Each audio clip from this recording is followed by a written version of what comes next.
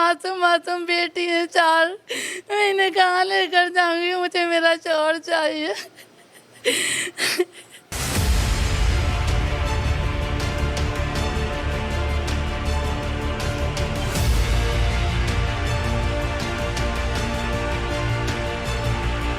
कुछ जवाब नहीं मिला कि बस कि वो आपका बच्चा कहाँ है, किधर है, बस ये बताया है कि भाई मोबाइल जो है ना दोबारा चालू हो गया, नई सिम लग गई है।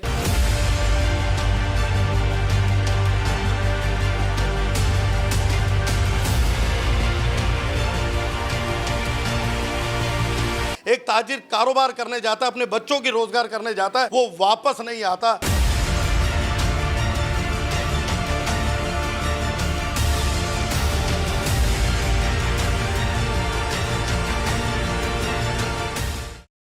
जी, मैं हाली रोड पे मौजूद हूँ। मेरे साथ एक मजलूम बाप और एक मजलूम बीवी अपने बच्चों को लेकर खड़ी है और वो बार बार पुलिस से फरियाद कर रही है, लेकिन पुलिस सुनने के लिए तैयार नहीं है। इन बच्चों के साथ क्या ज्यादती हुई है, उस रोती हुई बहन से मैं गुफ्तगू करता हूँ। बहन, क्या नाम है आपका? आयशा। आप क्यों रो रही हो और ये बच्चों को लेके क्यों खड़ी हैं, क्या मसला हो गया? मेरे शौहर सुबह 8 बजे 11 तारीख को घर से गए थे। पूरा दिन मैं इंतज़ार देखती रही, 2 दिन हो गए वो वापस नहीं आए, ना उनका मोबाइल भी बंद है। मुझे कुछ नहीं चाहिए, 6 लाख रुपए वो लेके निकले। भले सब कुछ ले लो, मुझे मेरा शौहर चाहिए सही सलामत। बस मेरी आपसे ये दरगाह, मेरी ये मासूम मासूम बेटी है 4।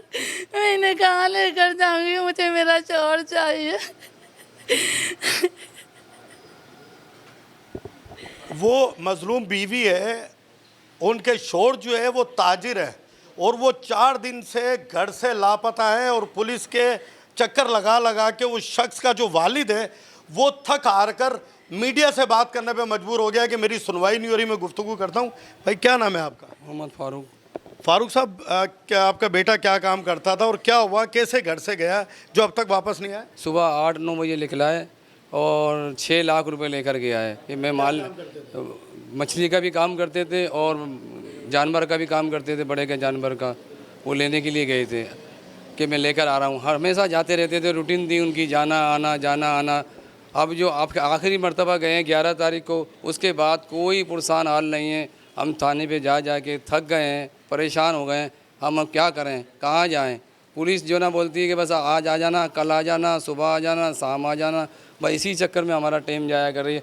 अभी फिर कहा है कि मोबाइल मिल गया है, मोबाइल में दूसरी सिम लगी हुई है। हमने सब टेस्ट कर लिया, ना उनको अभी तक किसी को पकड़ा है, ना किसी को कुछ बताया हमें। मोबाइल भी चालू हो गया है वाला। नहीं तो आपका SHO थाने का आपसे मिला? हाँ, मुलाकात हुई। क्या कहते हैं? बोले कोई मसला नहीं, हो जाएगा काम आपका।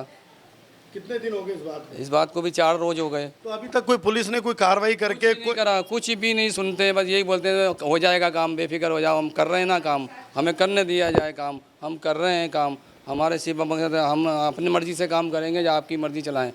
सुबह शाम बुला लेते हैं, हम चले जाते हैं 2-2 घंटे बैठ के, 3-3 घंटे। अभी जाएँ, साहब आएगा, फिर हम बात करके आपको बताएंगे। फिर वो दूसरा मिल जाता है, बोले भाई साहब तो चले गए, हम बैठे हुए, हमारा मकसद हम ड्यूटी नहीं है हमारी। वो तो चले गए, वो आएंगे, वो देखेंगे। साहब मौजूद होते ही नहीं है थाने के ऊपर।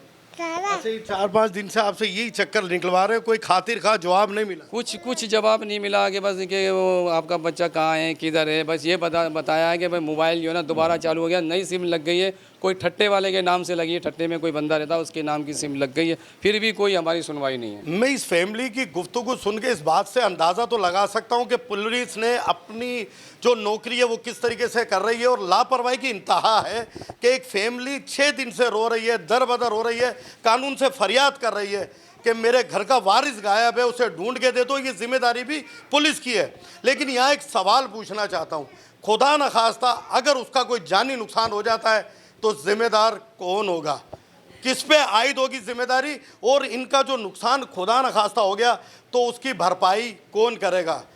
ये SHO करेगा या ये पुलिस करेगी? ये एक सवालिया निशान है हैदराबाद पुलिस पर, जिसका जवाब अब तक नहीं मिला है। एक ताजिर कारोबार करने जाता है, अपने बच्चों की रोजगार करने जाता है, वो वापस नहीं आता और उसकी सुनवाई पुलिस नहीं करती है। ये एक जुल्म है। उससे बड़ा जुल्म ये है कि इसकी सुनवाई पुलिस नहीं कर रही है। और यहाँ के MPA MNA जो वोट लेने आते हैं वो खामोश तमाशा इसलिए बने हुए कि उनको अब लालच नहीं रही, क्योंकि इनसे वोट ले चुके हैं।